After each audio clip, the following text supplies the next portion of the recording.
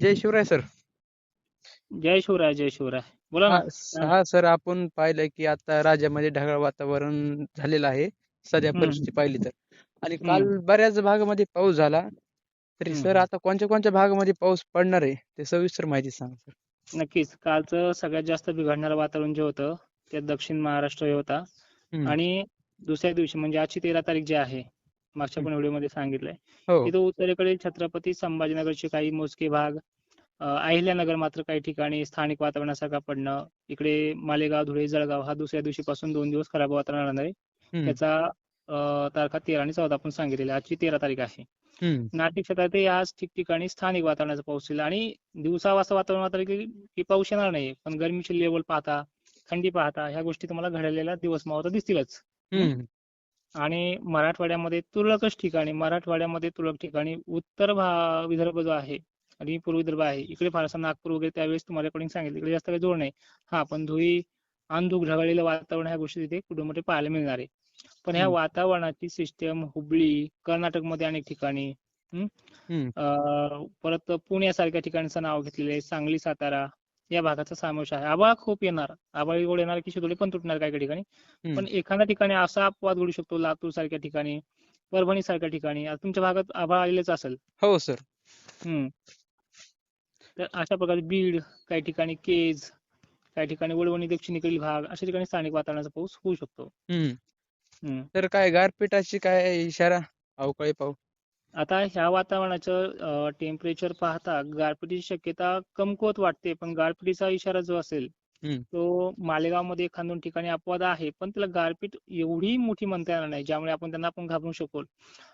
मालेगावच्या काही उत्तरेकडील भागांमध्ये, परत शहादा परिसरामध्ये तुरळक ठिकाणी असे अपवाद आहेत.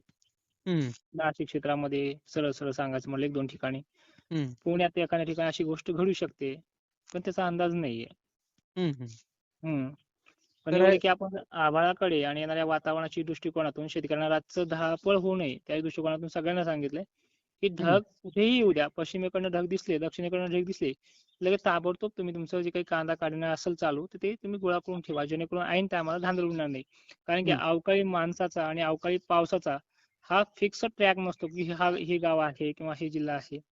तर हम्म. त्यामुळे ह्या जिल्ह्यांची आधीच पूर्वकल्पना दिली की 13 तारखेला हा विभाग असू शकतो उत्तर भारत, उत्तर महाराष्ट्र आणि दक्षिणेकडील पहिल्या दिवशी सांगली साताऱ्याला आज ऊन आणि ढगांची गर्दी जास्त आहे. स्थानिक लेवलला होईल ते कुठे मोठे. हम्म. आणि काल काल सुद्धा आणि परवा सुद्धा काही मोजक्या भागांमध्ये झालंय. आजची फायनल तारीख आहे, मोठं वातावरण असणार आहे आणि उद्यापासून वातावरण थोडं कमकुवत होऊन जाईल, पण ते वातावरण सरकणार आहे विदर्भामध्ये, नांदेडमध्ये तुरळक ठिकाणी, संभाजीनगरमध्ये मोजक्या ठिकाणी. पाऊस हम्म. सर्वदूर नाहीये. हम्म. हम्म. काही हम्म. जिल्ह्यालाच राहणार पाऊस. हम्म. हम्म. आता शेड्यूल 13 तारखेचा आपण उत्तर भाग सांगितला, तो मध्ये खानदेश वगैरे सांगितलेला आहे. जळगाव असेल, कुठे असेल, संध्याकाळपर्यंत रिझल्ट येऊन जाईल. हम्म. मालेगाव, नाशिक वगैरे, संभाजीनगर, धुळे, जळगाव, अहिल्यानगर, जालन्यातही तुरळक ठिकाणी, तुमच्या भागातही आज वडवणी वगैरे भागामध्ये सांगितलेला होता. हम्म. अशा अपवाद आहेत. हम्म. हम्म. हो सर, पाहिलं आपण आता गरमीची मी थोडी गार पण कमी लागायला या गरमी चालू आहे सध्या. हम्म. खरं तर याची रिपोर्ट जो असतो 5 मार्च, जी हम्म. रियालिटी सांगू शकतो मान्सूनची, आणि आता जी रियालिटी सांगितली, पाऊस भलेही गेल्या वर्षीच्या तुलनेत असेल. आणि मला थोडंसं दुष्काळाबाबत बोलू द्या. दुष्काळाचा विषय असा आहे की त्या साली पेरण्या कमी होणं किंवा न होणं याला दुष्काळ म्हणतायत. हम्म. हम्म. पाऊस अल्निनोचा तुम्हाला सांगायचं झालं तर 2023 मध्ये पाहायला मिळाला होता. हो सर. हा, पेरण्या सगळ्यांच्या झाल्या, मालही ठीकठाक काही ठिकाणी बरेच ठिकाणी आले होते. थोडा हा. पाण्याची अडचण होती, त्याच्यापेक्षाही बरा पाऊस राहणार ह्या 2026 मध्ये. हा. हा. भलेही सुपर अल्निनो नाहीये, अल्निनो मध्ये रूपांतर होईल ती केव्हा, पेरणीच्या वेळेला, आणि ते दरवर्षी असतं. हो. हो. कधी जून मध्ये बी बऱ्याच भागांमध्ये पेरण्या होणं, काही भागांमध्ये होणंच नाहीये. जुलैमध्ये ऐन टायमाला पिकं करपणं, मग ऐन टायमाला पाऊस स्थानिक वातावरणाचा पडणं, कुठे इकून गेला तिकून गेला, असे प्रकार घडतात दरवर्षी. यंदा हम्म. 2025 मध्ये सुद्धा, मागच्या वर्षी, की सुरुवातीला बिलकुल पाऊस नव्हता, नंतर ओला दुष्काळासारखा पाऊस पडला. हे अशी चित्र आहेत या वर्षी सुद्धा, काळजी हा. करू नका. हम्म. म्हणजे सर आता ह्या वर्षी म्हणजे जास्त म्हणजे दुष्काळ पण नाही 2026 मध्ये. हम्म. मध्ये मध्यम प्रमाणात पाऊस पडणार आहे ना. मध्यम सरासरीपेक्षा कमी, म्हणजे आता गेल्या वर्षी सरासरी त्यांनी रेकॉर्ड तोडलाय. 2-2 वर्षाच्या काही ठिकाणी, 20 वर्षाच्या काही ठिकाणी, काही वर्ष 50 वर्षाचा रेकॉर्ड तोडलाय. हा. तर त्याचा रेकॉर्ड ब्रेक कंडिशन आता इथे पाहायला मिळणार नाही सर्वत्र, पण ना. तुरळक ठिकाणी तीही सुद्धा पाहायला मिळू शकते. एवढं घाबरून जाऊ नका. हम्म. म्हणजे असं हम्म दुष्काळ शेतकऱ्याला आता बरेच बघा व्हिडिओ पाहिले तर म्हणजे दुष्काळ 2026 असं काही हम्म एवढं घाबरायचं शेतकऱ्याला चिंता नाही म्हणजे. नाही चालेल. हा. हो सर, तुमचा अंदाज खरोखर शब्द ठाम हम्म असते सर तुमचा. तुम्ही नक्कीच. कारण 2005. की काय असतं, ह्या गोष्टीमध्ये थोडा भ्रष्टाचार पण दिसतोय, पण आपल्याला नाव नाही घ्यायचे. हो, पण कधी कसं असतंय, की प्रत्येक वेळेस शेतकऱ्यांनाच त्याचा धाका, दुष्काळ पडल्यास सगळ्यांना धाका असतो त्याचा. हो, हो.